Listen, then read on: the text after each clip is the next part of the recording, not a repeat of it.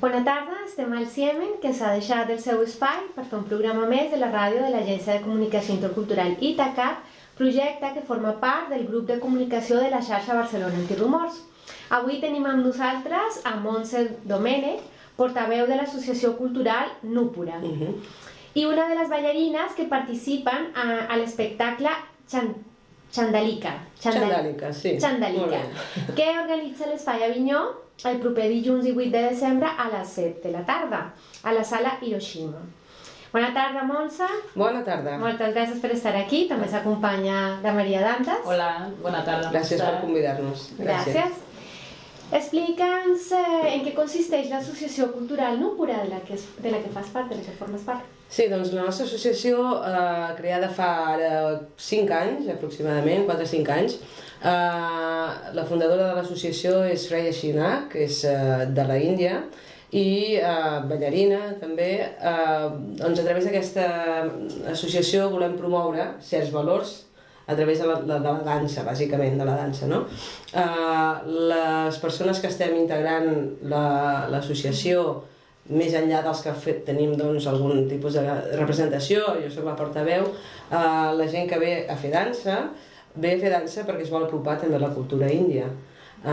I des dels nostres projectes intentem treballar també la interculturalitat, l'intercanvi i posar en valor sempre algun missatge a través dels nostres projectes, dels nostres espectacles, bàsicament. Donar a conèixer la cultura índia, la societat índia, i també entrar en simbiosi amb la societat que els acull, que és la societat catalana en aquest cas. D'acord. I explica'ns en què consisteix aquest espectacle, Xandalica. Doncs Xandalica és una obra de Rabindranath Tagore, del poeta indi, filòsof, un humanista, gran humanista de tots els temps, un premi Nobel de literatura, va guanyar el premi Nobel el 1913, i nosaltres hem fet un espectacle basat en una obra de Rabindranath Tagore, Chitrangada, el vam presentar fa 2 anys també a la sala Hiroshima, i aquesta obra que presentem ara, Xandalica, és una altra obra, un drama dansat de Tagore, en el que es dona visibilitat a tota la temàtica del sistema de castes, dels intocables, i Xandalica és el nom de la protagonista d'aquesta obra. És una noia adolescent que, més enllà de saber que ella és una intocable i que ha nascut sent una intocable, dins el sistema de castes, doncs per naixement tu ja estàs dins d'una estratificació social que està basada en els seus orígens, uns orígens religiosos, però també molt influenciada pel context polític i econòmic, socioeconòmic de cada època. Tu ja tens, diguem-ne, traçada una espècie de destí professional o ocupacional a través de la professió dels pares, que s'ha anat traslladant a les generacions següents.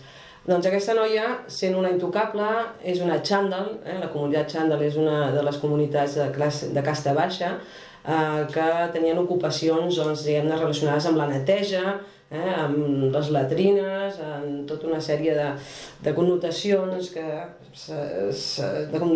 de brutícia, i per tant se'ls eren considerats intocables. Ella es revela una mica davant de la seva condició de Chandal, d'intocable, no acaba d'entendre el per què d'aquesta condició i per què l'ha de perpetuar. Ella sent que aquesta pregunta no l'abandona. I explicaré una mica l'argument, ja que m'he posat a parlar una mica de Xandalica. Aquesta obra de Tagore presenta també, com en altres obres com Chitrangada també que ja he esmentat, una evolució d'aquest personatge, una evolució espiritual, un renaixement al prendre consciència de que pot ser un ésser humà digne com tots els altres. Qui és qui li fa veure que ella també és un ésser que ha de ser respectat, que és digna de ser respectada? Doncs és un monjo budista amb el que es creua un dia, i aquest monjo li demana aigua. Ella se sent molt torbada, molt trasbalsada, perquè de seguida reacciona dient: jo no puc donar aigua, com et donaré aigua a un ésser superior, a un ésser pur? Jo sóc una intocable, sóc impura, per tant no sóc digna d'oferir-te aigua. Però és el monjo el que li diu: tu ets un ésser humà igual que jo. Aquest és el punt d'inflexió en el que ella fa una evolució assumint una altra condició del seu ésser. Ell és un ésser que té doncs, també el dret de ser respectat. A partir d'aquí, aquesta espècie d'alliberament que ella pateix degut a aquest gest del monjo, evoluciona cap a un altre tipus de sentiment, que és l'obsessió, diguem-ne, pel monjo. Ella vol tornar-lo a veure, vol de totes maneres tornar-lo a veure perquè creu que se n'ha enamorat. I per poder-lo recuperar acudeix a la seva mare, que fa màgia negra, li demana per favor fes que torni el monjo, perquè des que l'he vist, des que m'ha parlat, des que ha tingut aquest gest amb mi, sóc un altre i l'estimo, vull que torni. I la mare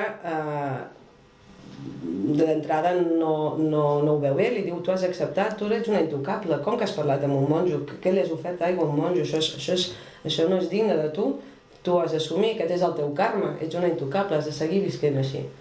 En fi, finalment per la seva insistència i per l'amor que té per la seva filla, la mare accedeix a fer aquest ritual màgic per fer tornar el monjo torna, però torna després d'haver fet un gran esforç, perquè aquesta acció de la màgia negra és una acció que va contra natura. De fet, el nom de la protagonista, en realitat, és Prakriti, que significa natura, el ser natural. I aquesta acció de la màgia negra és totalment antinatural, és contra natura. El monjo apareix, però apareix extenuat, apareix després d'haver sigut cridat per la mare a través de la màgia amb un gran esforç. I quan Prakriti el veu, s'adona que ella ja no té aquella llum que l'havia il·luminat, no té aquella puresa que l'havia deixat totalment abduïda, i s'adona que en realitat no s'havia enamorat de la persona, de l'home, s'havia enamorat del seu gest, de la seva generositat en valorar-la com a ésser humà. I aquest és el gran viatge que fa Chandalika a través de l'obra, aquesta evolució espiritual i aquest renaixement d'ella com a ésser humà. Bé, una mica que seria a grans trets l'argument de l'obra, no? Molt ben explicat. Espero que s'entengui, sí. I tant. Hi ha fa poc he fet un programa sobre una tancada que es farà demà i crec que parlant d'aquests intocables podem fer aquesta comparació. Sí. No sé si és massa, però crec que es pot fer aquesta comparació.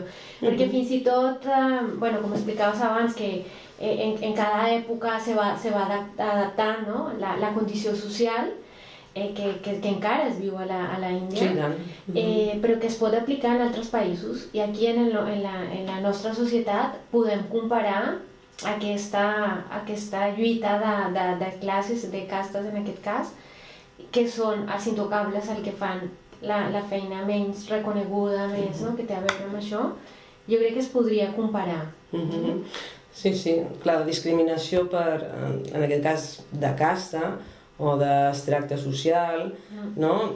El sistema de castes a la Índia realment és d'una complexitat extrema, és a dir, és un cas social únic en el món, crec, que s'ha, a través dels segles s'ha anat perllongant, no? I és difícil de comparar en altres societats que existeixi un sistema tan jeràrquic per condició de naixement, tan fort com a la Índia, però sí que és veritat que aquestes lacres de les injustícies socials i les discriminacions dins de les societats les podíem trobar a qualsevol societat avui dia i sempre, no? Vull dir que sí que és un tema que no deixa de ser universal. Exacte, sí.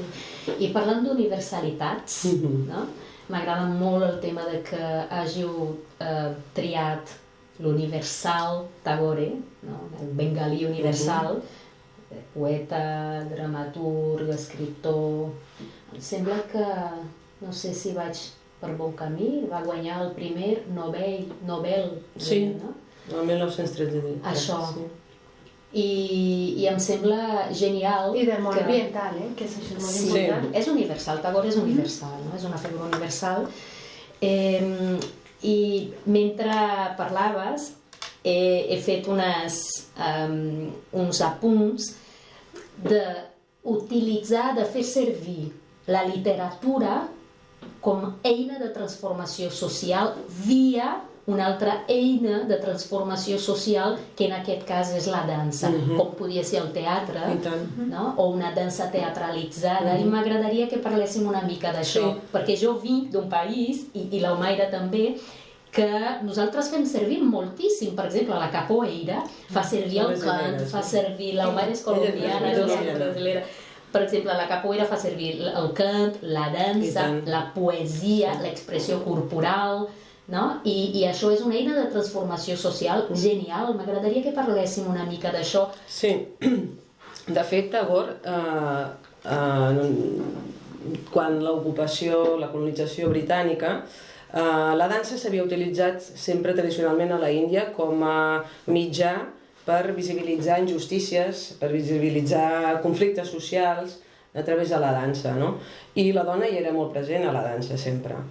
Una vegada els britànics arriben a la Índia, la dansa queda com relegada a un pla una mica marginal. La dansa es queda relegada als clubs, les dones que ballen no estan ben vistes, i és un art que no és digne de les dones ni digne de ser utilitzat per fins socials, etc. I és per això que Tagore té alguns drames que escriu en aquella època justament on la dona és al centre de la història i la dona és al centre del missatge, no? És a dir, Tagore vol, a través dels seus drames dansats, tant Chitrangada com Chandalika, són dues dones d'immensa dignitat, finalment, no? I molt poderoses. Elles han de descobrir que ho són, no? Però les empodera i elles són el vehicle per en aquest cas, tractar el tema de la discriminació per casta, el tema dels intocables, etc. I la dansa és un mitjà molt poderós. La dona es mostra a través de la dansa en tot el seu esplendor, si vol, i en aquest cas, en les obres de Tagore, és molt evident, que posa al centre la dona per dignificar-la, per donar-li el poder que té i per visibilitzar algun missatge. I aquest seria també el nostre objectiu. De fet, vam fer un altre espectacle en el que vam tractar la poesia i l'arrelament a la terra mitjançant la poesia, i vam agafar Tagore, Jacint Verdaguer, García Lorca i un altre poeta pakistanès. I el mitjà que els unia era la poesia i la dansa. I tractàvem temes universals, que en aquest cas era l'arrelament a la terra. Com es deia aquesta obra? Es deia Mera Desh, que en hindi vol dir la meva terra. Que maco, ja no ho feu, això? No, tant de bo algun dia el podem tornar a fer. I, en fi, llavors allà hi havia diferents llengües, hi havia diferents maneres d'expressar a través de la poesia el sentiment per la terra, l'arrelament, l'enyorança, tot el que senta molta gent, també que ha de marxar dels seus països i establir-se en altres i tal, no? Però tinc entès que a la vostra entitat sí que feu classes de dansa, per exemple. Sí. I una cosa que em va cridar l'atenció és que deia que no calia viatjar al lloc perquè mitjançant la dansa podies, això que dius tu, també connectar amb aquesta cultura. I tant. Exactament, aquest va ser un gran exemple també, el de Mera Desh, no? Vam fer un viatge a través de la poesia de diferents països amb un fil conductor que era un mateix sentiment que compartim tots els éssers humans, que és l'amor per la nostra terra i els sentiments que ella ens desperta, no? L'enyorança, l'alegria, la tristesa, els que queden, els que se'n van, en fi. Aquí coneixem la Índia a través de la dansa, a través de tot el que ens explica Shreya Shinac. També portem gurús, mestres de dansa. El nostre estil és un estil que es diu Kathak, és una de les danses clàssiques de la Índia. Per cert, en l'espectacle en qüestió, Chandalika, La dansa és el vehicle, també. És dansa clàssica, folclòrica, amb pinzellades de dansa clàssica Kathak, que és la que eminentment fem a la nostra associació, i també algun toc de contemporani. També, pel tema que estem en connexió, la Índia i en aquest cas aquí a Barcelona, el compositor de tota la banda sonora d'aquest espectacle es fa a la Índia, és Mangesh Dakte, que és director musical de moltes pel·lícules de cinema de Bollywood, és un gran músic reconegut, sí, ja va fer part de la banda sonora de Chitrangada i, en fi, doncs, ell està treballant en la música i vull dir que tenim aquest pont, la música, la dansa, estem unint aquestes cultures. Després, també volia esmentar pel dia de la preestrena, que és el proper dilluns, a la sala Hiroshima, a les 7 de la tarda, està ja fa dies tot l'aforament ple, sí. Tindrem l'honor i el plaer de tenir convidats que ens poden il·lustrar molt més el que jo pugui explicar-vos ara i amb més profunditat tot el tema que estem parlant del sistema de cases. Per exemple, tindrem... Sí, perquè hi haurà un debat abans. Sí, exacte, el dia 18. Qui vindrà a la presentació? Tenim una part que serà una conferència, hi haurà diferents ponents i aquests seran Agustí Pàniker, d'una banda, coneixem tots, expert en temes indis, escriptor, editor de l'editorial Cairós, i no fa molt va publicar un llibre que es diu La Societat de Castes, 700 pàgines sobre el tema que estem tractant una mica, no? Per tant, és un tema complex i ell el tracta amb una rigorositat i un aprofundiment que tenim l'ocasió d'escoltar-lo el dilluns, no? Després també tindrem la presència de Lancy Gómez, que va ser el primer nen adoptat a Barcelona d'una casta dels intocables, dels Dàlits, i ell ve de part de la Fundació Vicenç Ferrer. Ell hi col·labora. Després també tindrem l'ama Thupte Changwen, no sé si bé, sí, Changwen, el monjo budista, el monjo que apareix a l'obra chandàlica és budista, i bé, ens vindrà una mica a parlar de... El nostre famós lama que viu a... de la Casa del Tibet de Barcelona. Fantàstic, fantàstic.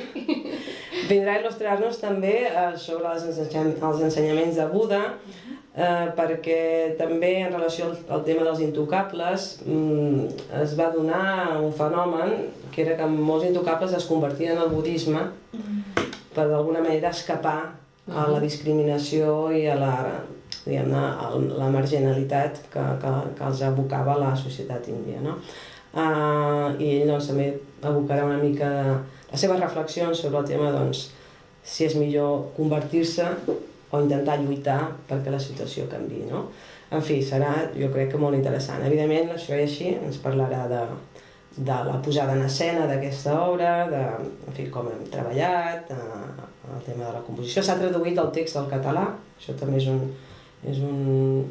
Bueno, som una associació... És l'element intercultural, no? Exacte, la llengua, doncs, a la que volem traduir aquí, doncs, aquesta obra bengalí, doncs, al català, i, en fi, el missatge, com sempre intentem fer, des de lo local, parlar de temes universals, no?, que ens uneixen. Interessant. Sí.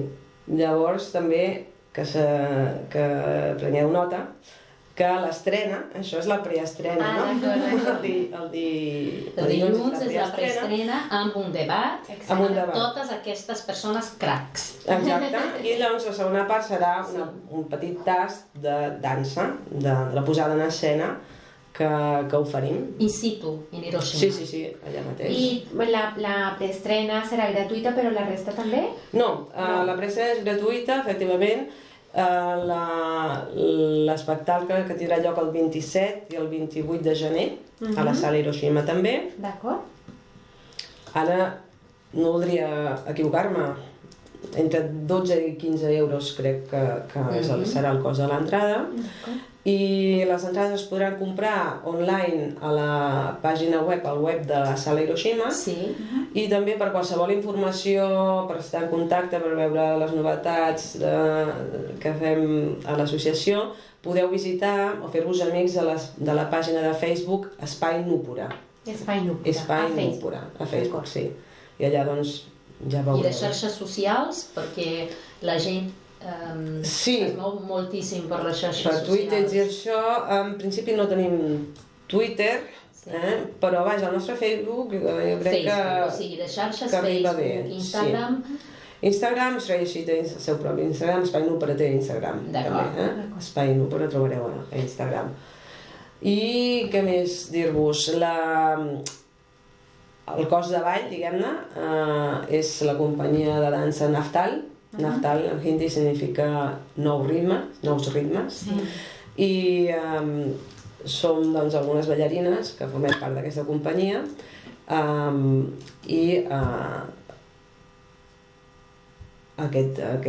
Quantes persones? Serem aproximadament 10-12 ballarins, sí.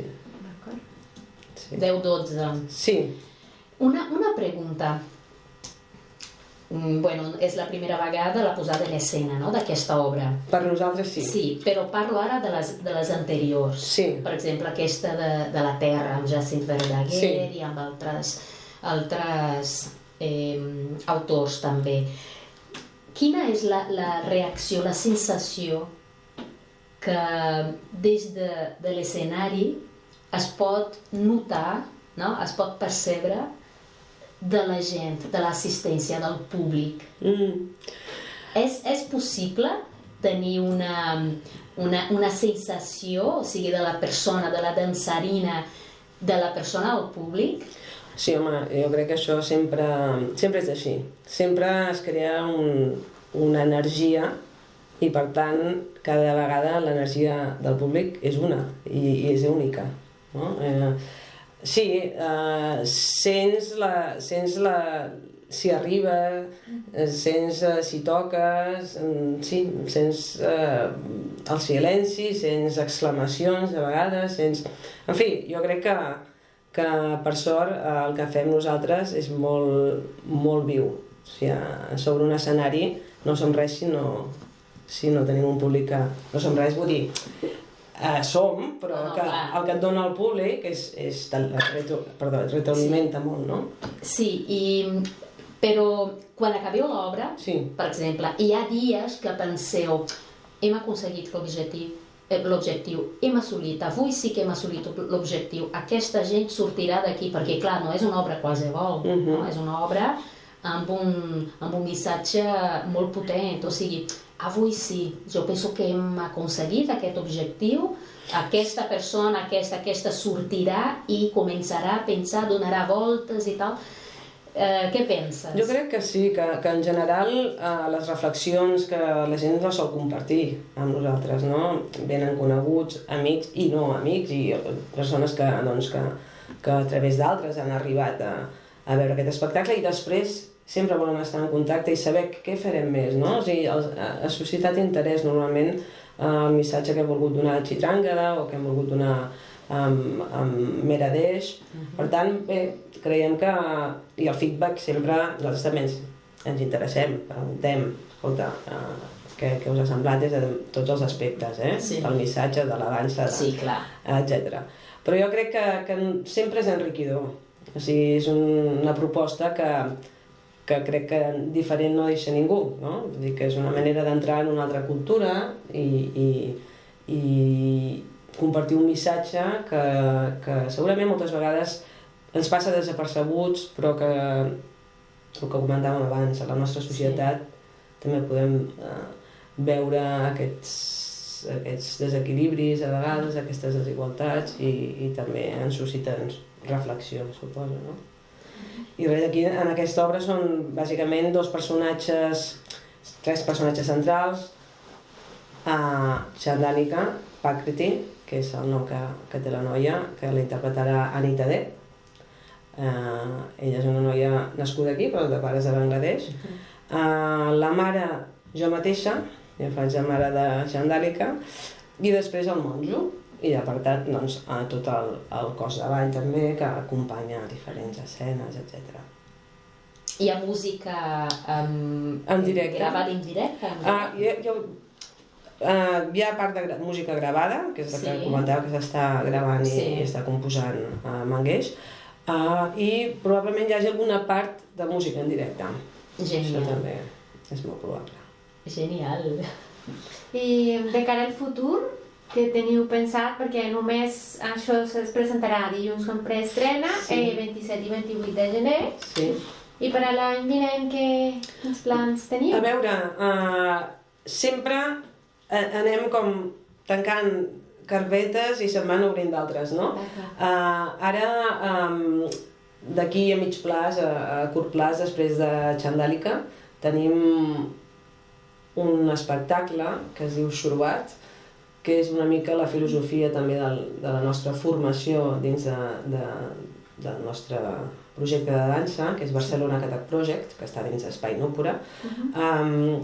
Normalment, cada any, fem un espectacle en el qual alguns dels ballarins ja estan preparats per poder presentar per primera vegada sobre l'escenari i amb música en directe una peça, una composició. Llavors, això és el que tenim després de Xandàlica, que segurament ho celebrarem a l'abril. I acabem de fer un gran projecte, ara al novembre, que va ser el Festival Gemàntica, un festival de dansa Katac, i l'any passat ens van convidar a Londres, que és la Sujata Banerjee Dance Company, ens va convidar a participar-hi, ella és la promotora d'aquest festival, és un festival de tardor, per celebrar la tardor, i aquest any l'hem celebrat, vam tenir el repte de portar aquest festival a Barcelona. Ho vam fer a principis de novembre i vam tenir 2 espectacles de participants que s'apuntaven als workshops que oferia el guru, el màxim exponent, la llegenda viva de la dansa Katac, que és Birju Maharaj. Té 80 anys i va acceptar la nostra invitació, va venir des de Delhi a Barcelona i vam partir diferents masterclasses i després vam fer un espectacle va venir gent d'Europa, ballarins que fan aquest tipus de dansa a diferents ciutats d'Europa per poder-lo veure i poder assistir a les seves classes, i va actuar a Petit Palau. Vam organitzar allà la presentació de Birju Maharaj, també d'un nostre guru que vam tenir a l'inici del nostre projecte, Hasiur Rehman, que és del Pakistan, Sujata Banerjee i Saswati Sen. Això ens va portar molta feina, però també molta il·lusió i molta recompensa. Poder estar davant d'aquests mestres sempre és enriquidor. Sí, segurament. Molt bé, jo estic pensant que m'agradaria saber en què consisteix exactament aquesta dansa Katac, o sigui, què va darrere d'aquesta... La dansa Katac, a l'Índia hi ha 9 danses clàssiques, i la dansa Katac és una d'elles i probablement la dansa menys teatral, i moltes vegades la primera imatge que tens de la dansa clàssica... Però quan parles de danses clàssiques, parles de danses clàssiques orientals. Sí, clàssiques de la Índia. Exacte. La que nosaltres fem és del nord de la Índia i bé, té un estil molt sobri, és un estil, diguem, de les danses clàssiques de la Índia, la menys teatral, la més orgànica, pels que fa els seus moviments, no? Ballem, té un marcat ritme, patrons rítmics molt marcats, que solem marcar-los amb els peus i amb els cascavells, ballem descalces i amb cascavells, i tot un treball de braços molt estilitzat. Una part d'expressió que es diu Abhinaya, que també la treballem, i no és només un passatemps, és una dansa rigorosa, és un projecte de formació que té la seva progressió i requereix paciència i requereix molta implicació, però d'altra banda té una part també molt, diguem-ne, també filosòfica, no? D'ancestralitat. Sí, i també del coneixement d'una mateix, no? Espiritual. A través de la dansa, sí. I bé, aquesta és la... És a dir, que no podem dir anem a ballar Katac, no? Així com així. No, no seria ben bé això. Ja li volia dir a la Maria, anem a ballar Katac. No, bé, perquè, de fet, quan parlem de la Índia, l'associació més ràpida i més fàcil és amb el Bollywood, que és una dansa respectable com totes les danses que hi pugui haver, segurament, I n'hi ha de molt professional, i n'hi ha que hi ha molt treball al darrere, i n'hi ha la que està més, diguem-ne, a l'abast d'aquí a Europa, per exemple, més de divertiment, més de passar-t'ho bé, que sempre és fantàstic, passar-s'ho bé, però nosaltres el que fem és una dansa que tècnicament té un aprenentatge que no és ràpid, és un aprenentatge lent, amb paciència, i d'anar millorant, i de veure petits canvis, amb petits moviments que es van ajustant, en fi, és tot una... És com una ioga de la dansa, una cosa així, es podria dir? Bé, és un aprenentatge que no vol rapidesa i immediatesa. És un aprenentatge que has d'anar trobant com s'acomoda el teu cos i què tu li pots donar, no? Però no cal coneixements previs. No. Tothom que pot apuntar-s'hi a qualsevol edat, a la nostra associació, al nostre grup, hi ha un ventall d'edats bastant ampli. Ara també tenim un grup de nens que han començat els dissabtes. I bé, és qüestió de veure si t'encaixa, no? Si el teu objectiu és, en fi, fer de tant en tant moure't una mica o vols fer un aprenentatge més seriós, aquest seria una mica el cas nostre.